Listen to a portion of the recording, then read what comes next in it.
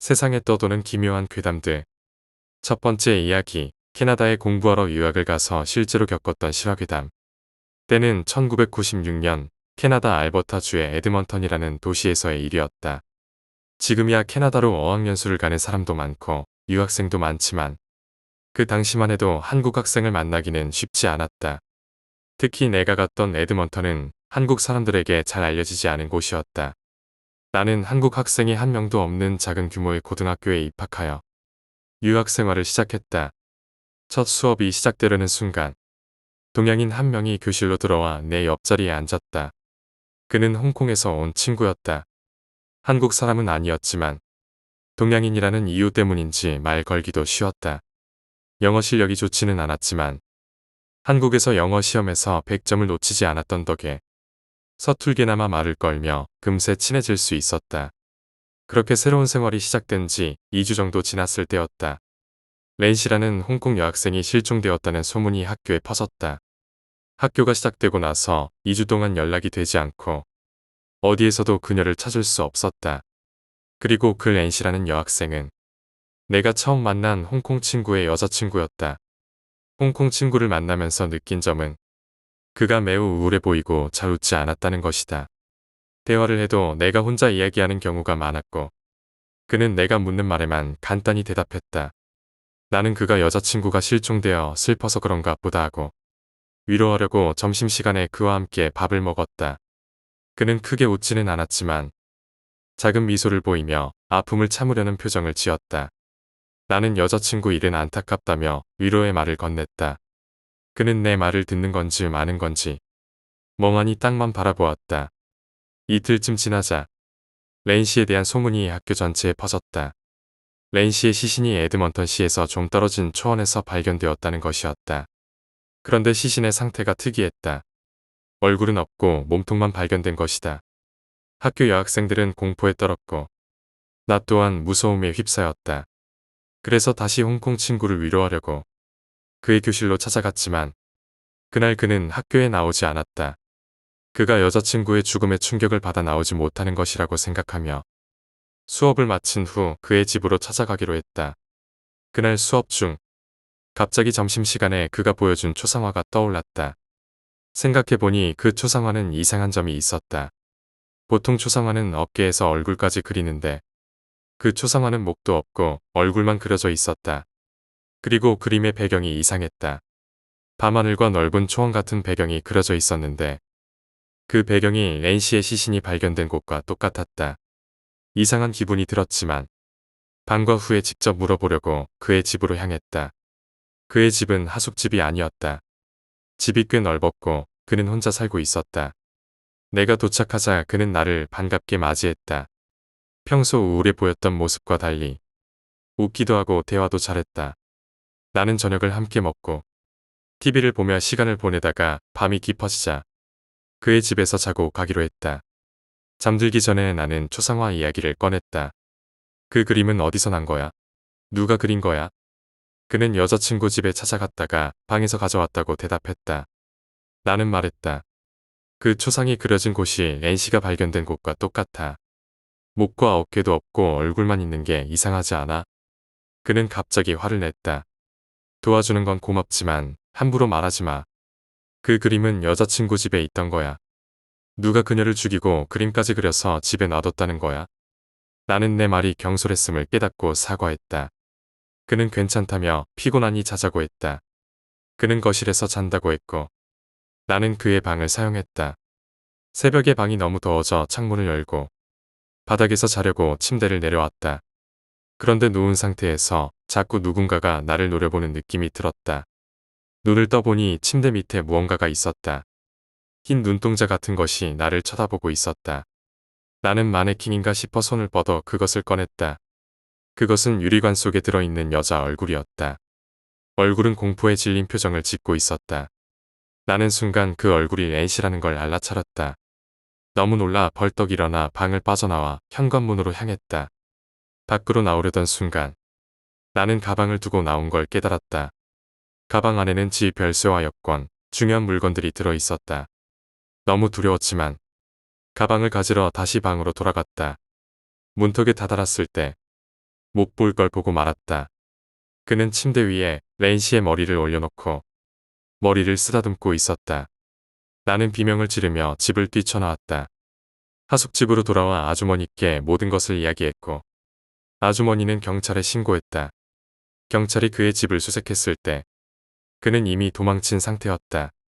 렌 씨의 얼굴이 있던 유리관은 사라지고 핏자국만 남아 있었다. 며칠 후 경찰이 그를 체포했다. 그의 차 트렁크에서 렌 씨의 얼굴이 발견되었다.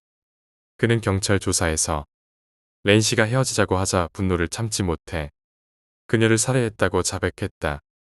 그는 정신적으로 문제가 있었고 렌 씨를 자신의 것으로 만들고 싶어 얼굴만 잘라 보관했던 것이다.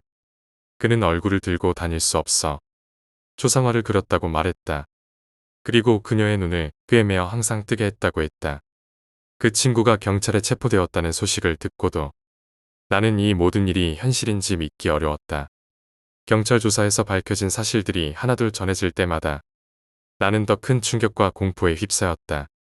렌 씨를 죽이고 얼굴만 보관하며 그 얼굴을 초상화로 그린 이유까지 들으니 이 모든 것이 마치 악몽 같았다. 하지만 그 악몽은 끝난 줄 알았던 곳에서 다시 시작되었다. 그 사건이 있은 지 몇 주 후 나는 다시 가위에 눌리기 시작했다. 그날도 평소처럼 침대에 누워 잠들었는데 한밤중에 갑자기 몸이 움직이지 않게 되었다. 숨이 가쁘게 차오르며 귀에서는 이상한 소리가 들려왔다. 배신자, 왜 나를 떠났어? 그 소리는 여자 목소리였다. 렌 씨의 목소리를 들어본 적은 없었지만 이상하게도 그 목소리가 그녀라고 느껴졌다. 나는 몸을 움직이려 발버둥쳤지만 몸은 꼼짝도 하지 않았고 눈앞에는 희미한 형체가 점점 또렷해지기 시작했다. 그 형체는 처음엔 흐릿한 그림자였지만 곧 단발머리의 여자로 바뀌었다. 그녀는 눈을 꿰맨 자국이 그대로 있는 상태로 나를 노려보고 있었다. 그 후로도 렌 씨의 모습은 계속해서 내 꿈에 나타났다. 꿈속에서 그녀는 항상 나를 향해 손을 뻗거나 무언가 말을 하려 했지만 내가 그 말을 알아듣는 일은 없었다. 그저 그녀의 모습과 그날의 사건이 다시 떠오를 뿐이었다. 몇 주 뒤 나는 더 이상 견딜 수 없어 그날 이후 한 번도 가보지 않았던 그 친구의 집을 다시 찾아갔다. 집은 여전히 폐쇄되어 있었고 입구에는 출입금지 테이프가 둘러져 있었다. 집 주변을 돌아다니던 중 문득 그날 내가 보았던 유리관과 그 안에 있던 얼굴이 떠올랐다. 그리고 그 유리관이 사라졌다는 사실이 왠지 모를 불길한 느낌으로 다가왔다. 그 집을 떠나려는 순간 집 뒤편에 있는 작은 창고가 눈에 들어왔다.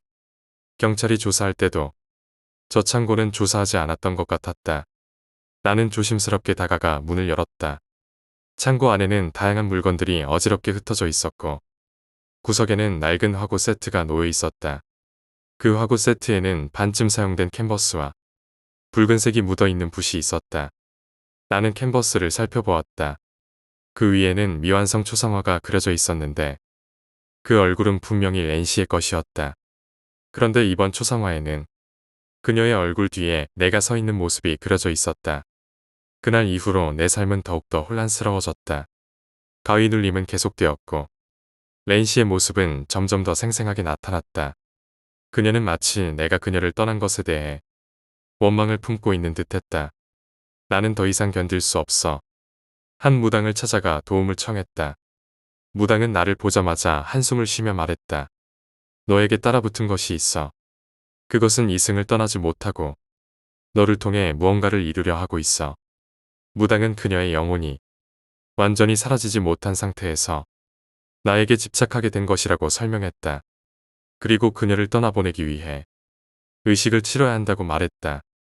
의식이 진행되는 동안 나는 다시 한번 그녀의 목소리를 들었다. 왜 날 버렸어? 그 목소리는 처음보다 훨씬 더 절박하고 한편으로는 슬프게 들렸다. 나는 속으로 그녀에게 말했다. 미안해.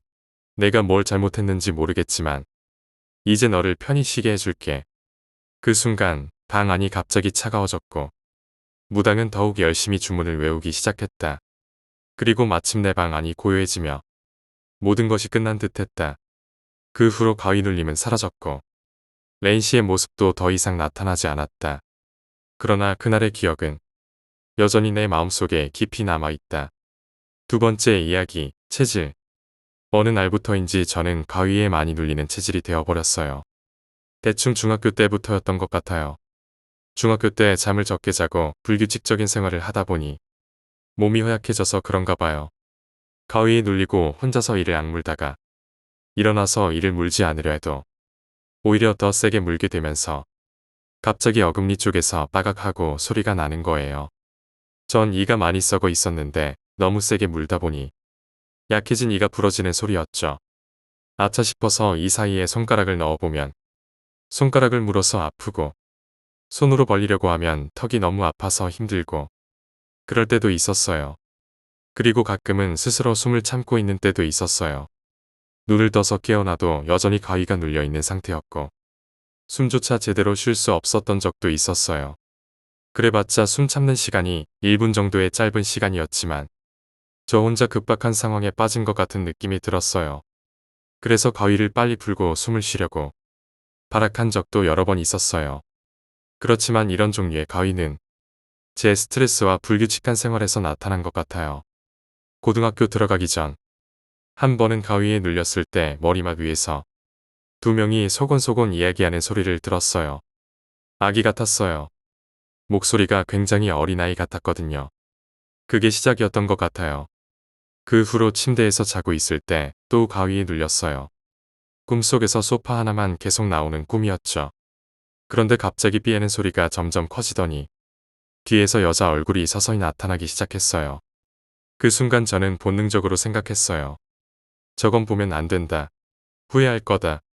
그래서 미친 듯이 꿈에서 빠져나오려 발버둥 쳤어요. 꿈에서는 깨었지만 여전히 가위에 눌려 있더라고요. 아, 아직도 가위냐? 그냥 잠이나 자야지. 이렇게 생각했는데 눈이 감아지지 않았어요. 가끔 눈이 따갑게 감길 때는 있었지만 대부분은 천장만 계속 바라봐야 했어요.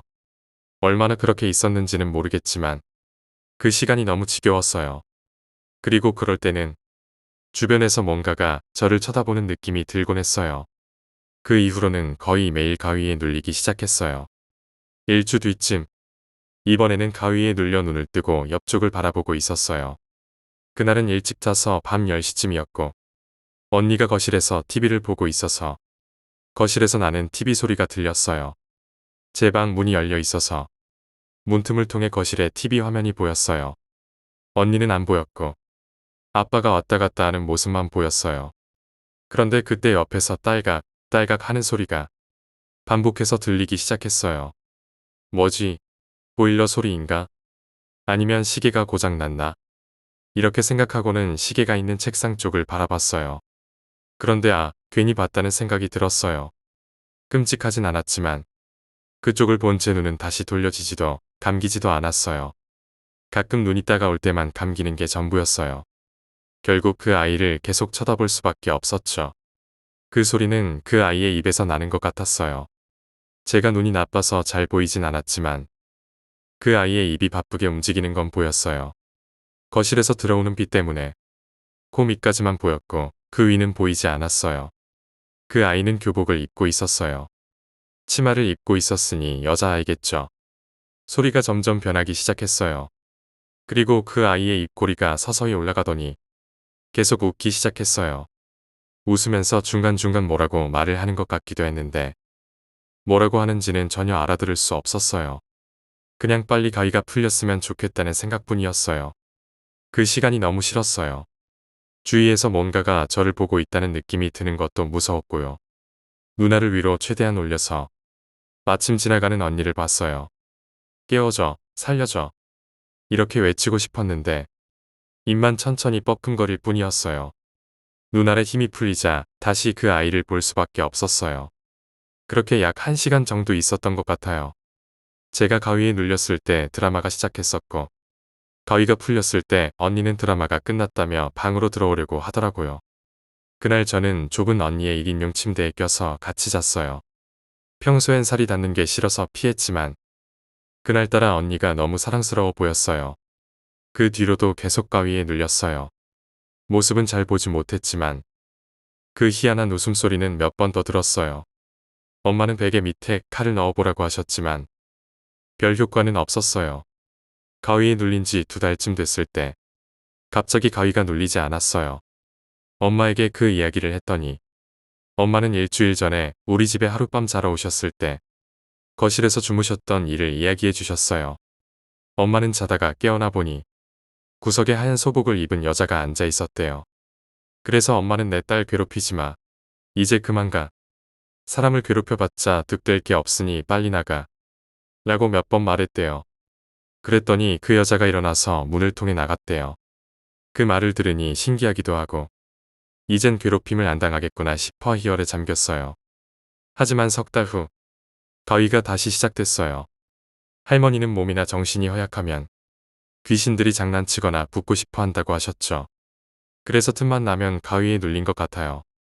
어느 날은 눈을 떠보니 벽에 어떤 남자가 웅크린 채 매달려 있었고 또 어느 날은 길을 걷다가 누군가 고개를 쏙 내밀며 따라오기도 했어요.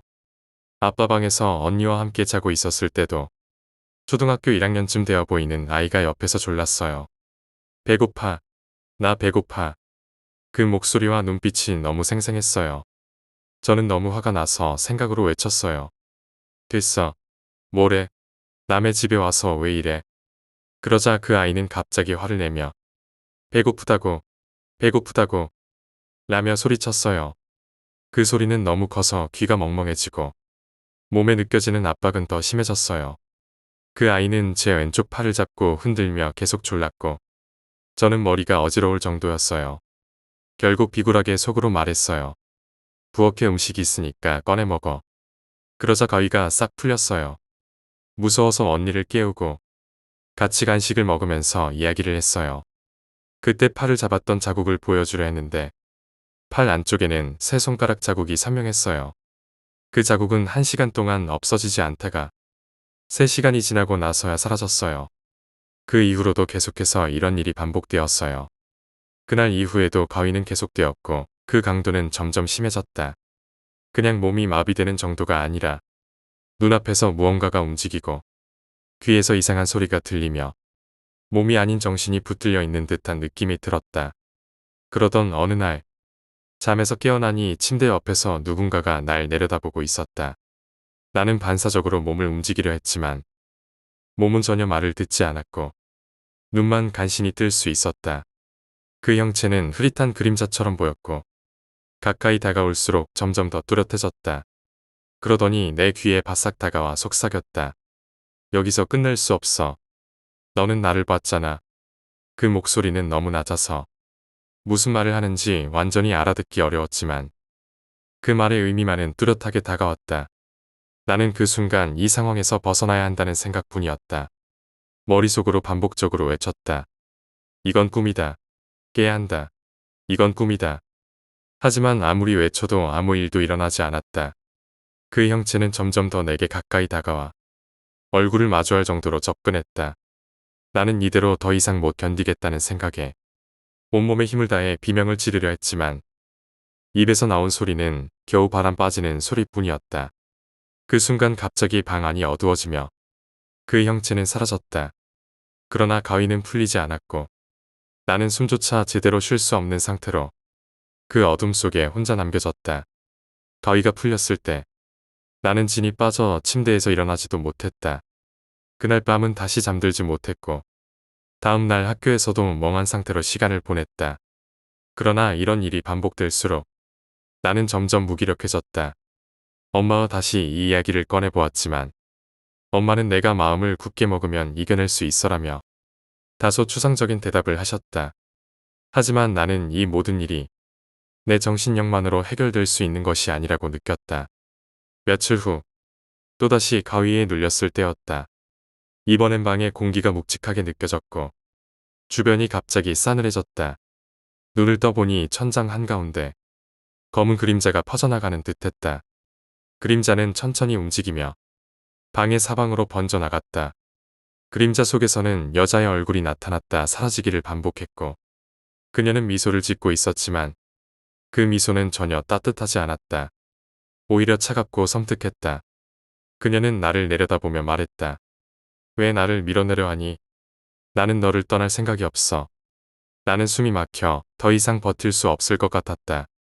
그 순간 문 밖에서 엄마의 발소리가 들려왔다. 엄마는 아마도 거실에서 무언가를 하다가 내 방문 앞을 지나가던 중이었던 것 같다. 나는 간절히 엄마를 부르고 싶었지만 몸이 말을 듣지 않았다. 그저 눈물만 흘릴 수 있었다.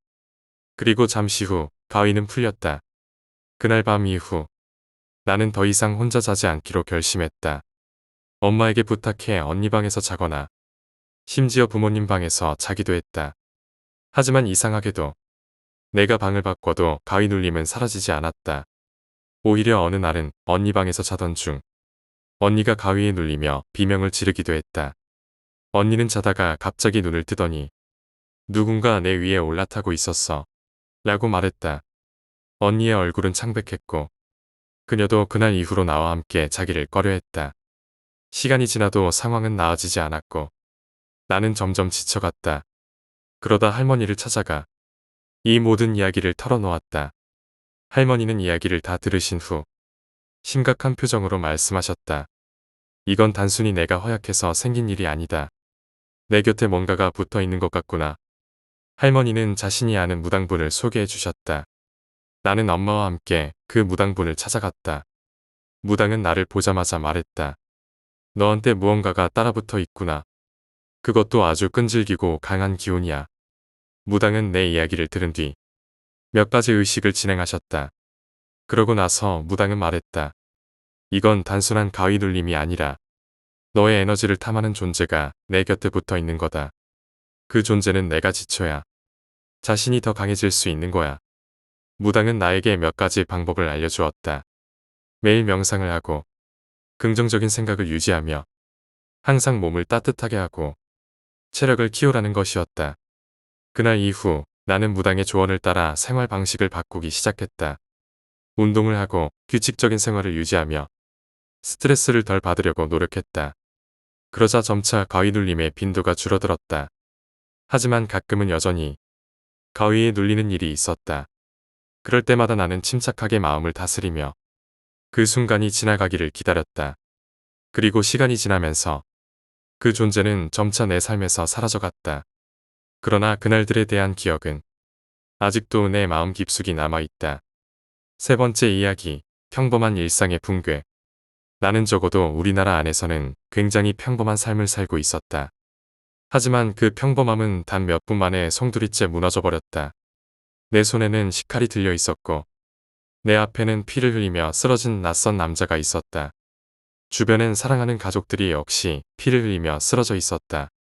그 낯선 남자와 처음 만난 건 바로 오늘이었다. 내가 집에 돌아왔을 때 그는 우리 가족들을 공격하고 있었다. 나는 그를 저지하려다 칼을 빼앗아 그에게 찔렀고 경황이 없는 상태로 서 있을 때 경찰이 들이닥쳤다.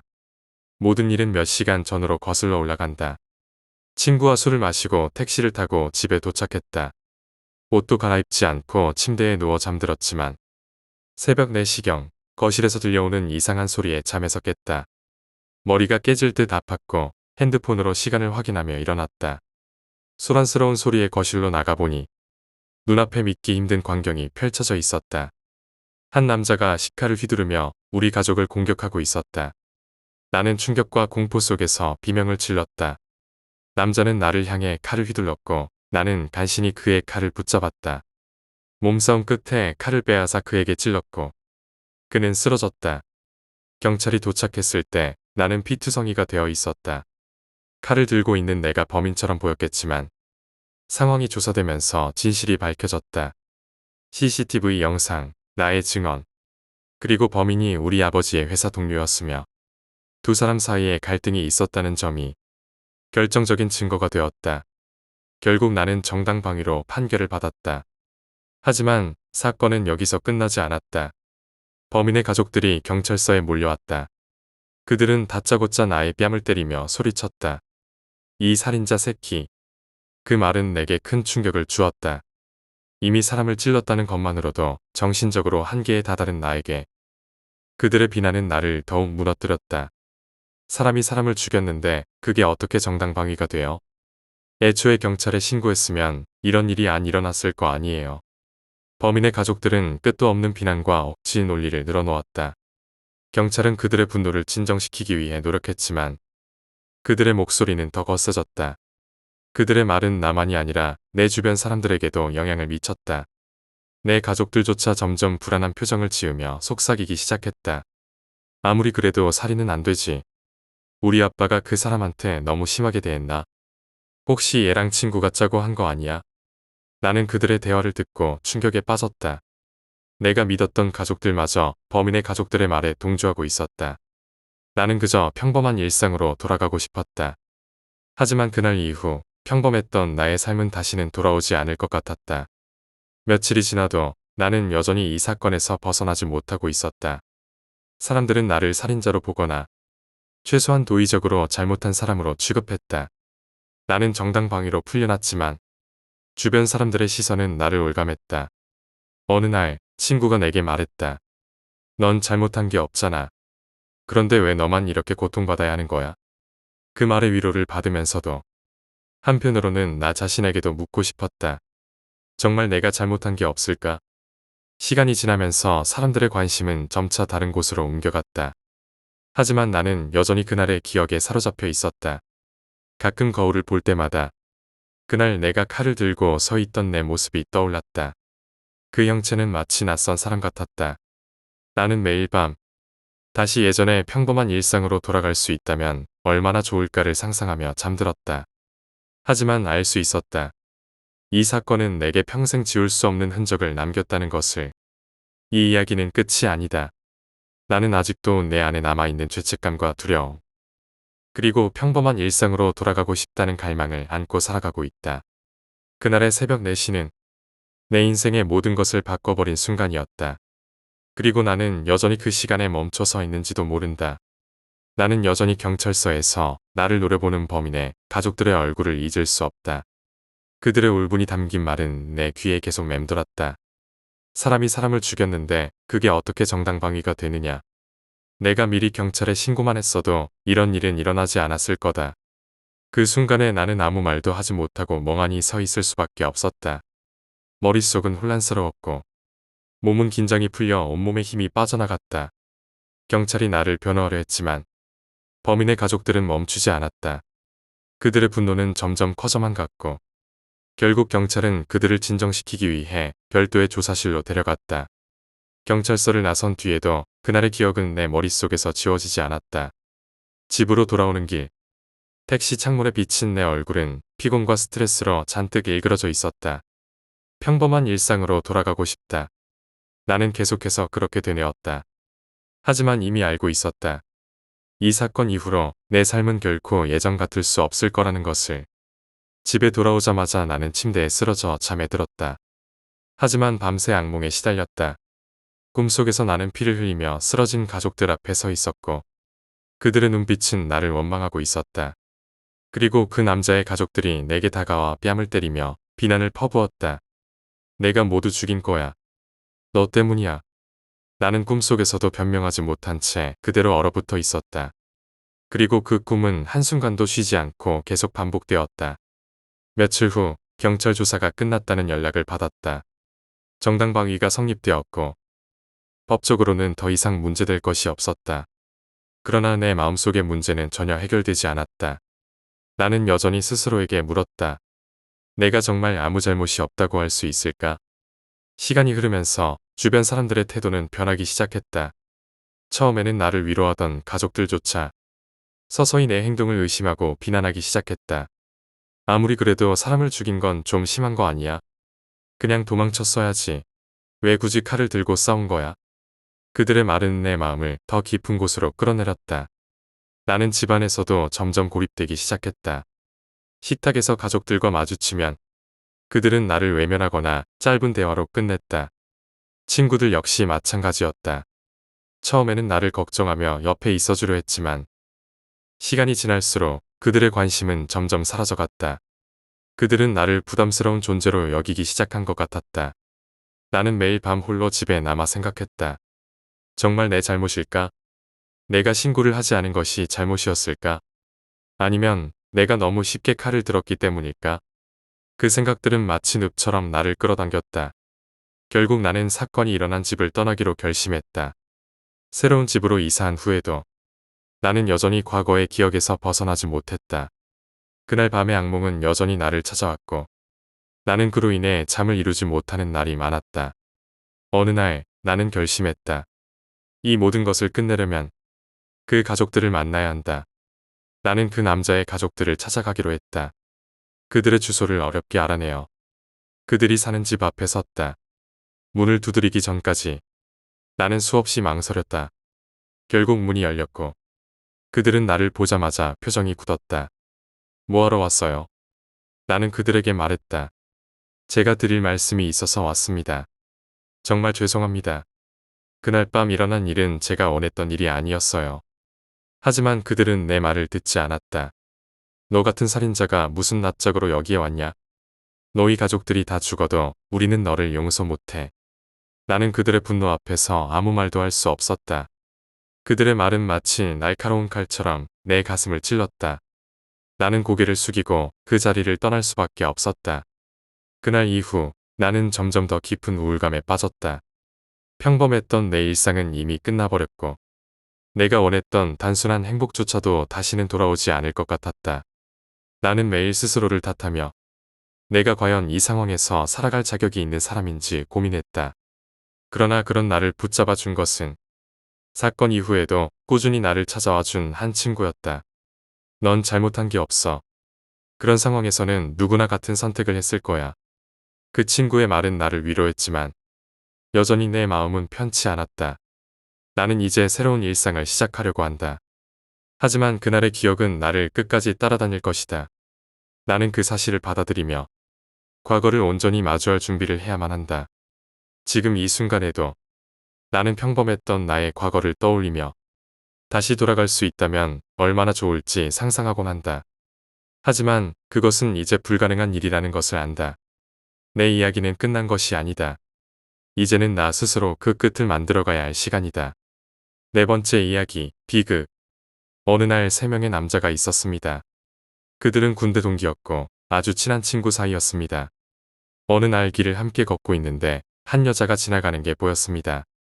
여자는 매우 예뻤고 그들은 그녀에게 여기 무슨 일로 오셨나요? 라며 말을 걸었습니다. 여자는 처음엔 그냥 지나가려다가 다시 돌아서며 말했습니다. 저기요, 부탁이 하나 있는데 들어주실 수 있나요? 남자들은 여자가 꽤 예뻤는지 선뜻 부탁을 들어주겠다고 대답했습니다. 여자는 검은 비닐봉지를 건네며 말했습니다. 이걸 아무도 가지 않고 아무도 보지 않을 외진 곳에 묻어주세요. 그리고 이건 사례금이에요. 남자들은 그냥 묻어주겠다고 했고 사례금은 필요 없다고 했습니다. 그러나 여자가 억지로 돈을 쥐어주고 떠났습니다. 봉투 안을 열어보니 거기엔 현금 40만 원이 들어 있었습니다. 모두 만원짜리였죠. 당시 40만 원은 지금의 100만 원에 해당하는 돈이었습니다. 그들은 봉투를 학교 공터에 묻고 그 돈으로 신나게 술을 마셨습니다. 술이 어느 정도 들어가고 한 친구가 물었습니다. 야, 그 봉투에 든 거 진짜 뭐였을까? 몰라. 그냥 준 돈이잖아. 마시자고. 근데 혹시 마약 같은 거면 어쩌려고 그래? 이렇게 사례금을 준 것도 좀 이상하잖아. 그 말에 그들은 점점 이상한 생각이 들기 시작했습니다. 결국 술김에 다시 공터로 달려가 봉투를 묻었던 곳을 파헤쳤습니다. 그리고 봉투를 열었습니다. 그 안에는 옥반지 2개와 폐물이 들어 있었고 노란색 종이도 함께 들어 있었습니다. 이게 뭐지? 하며 종이를 펼쳤더니 그 안에는 부적과 무서운 그림이 그려져 있었습니다. 사람 그림과 알 수 없는 글씨들까지. 그들은 술에 취한 채로 내일 점집에 가서 물어보자고 말하며 집으로 돌아갔습니다. 다음 날 그들은 부적을 들고 점집을 찾아갔습니다. 점쟁이에게 부적을 보여주자마자 점쟁이는 쌀을 뿌리고 욕설을 퍼부었습니다. 있는 물건을 집어던지며 소리쳤습니다. 이딴 걸 왜 나한테 보이는 거야? 이젠 난 망했다. 그들은 점쟁이가 왜 그렇게 반응하는지 이해할 수 없었습니다. 결국 점쟁이를 설득해 부적의 정체를 물었습니다. 점쟁이는 한참 동안 방을 바라보며 침묵하더니 마침내 입을 열었습니다. 너희들은 휘말려든 거야. 이건 어느 가문의 부적이야. 그 가문은 여자들이 애를 낳으면 자살하고 아비는 일찍 죽는 저주받은 집안이지. 그 집에서 큰 돈을 들여 부적을 썼는데 너희가 그걸 이어받은 거다. 점쟁이는 한숨을 쉬며 말을 이었습니다. 이 부적의 기운이 너무 강해. 너희한테 이미 깊이 들어왔고 해결책도 없어. 내가 부적을 써줄게. 그럼 5년 정도만 버티면 나아질 거야. 점쟁이는 마지막으로 충고했습니다. 하지만 혼자 힘으론 이 기운을 못 이겨. 사람들에게 나눠야 해.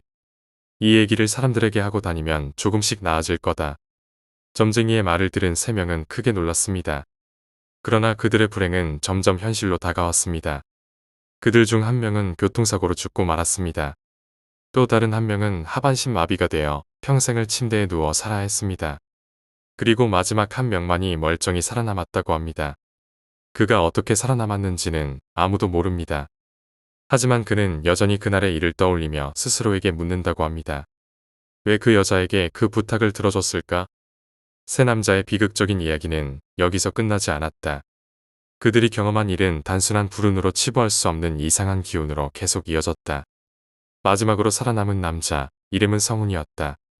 성훈은 친구들이 잇따라 비참한 운명을 맞이한 후 자신에게 닥칠 불행을 예감하며 매일을 불안 속에 살았다. 점쟁이의 말처럼 그는 사람들에게 이야기를 퍼뜨려 저주를 나눠야 한다고 생각했다. 하지만 이야기만으로 과연 이 끔찍한 운명이 나눠질 수 있을까 하는 의구심이 들었다. 그는 조용히 지내며 최대한 자신의 삶을 감추기로 했다. 사람들에게 이야기를 퍼뜨리기는커녕 오히려 사람들과의 관계를 끊으며 고립된 삶을 살기 시작했다.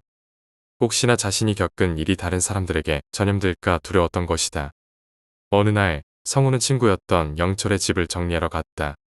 영철은 교통사고로 세상을 떠났지만 그의 유품은 아직 집에 그대로 남아 있었다.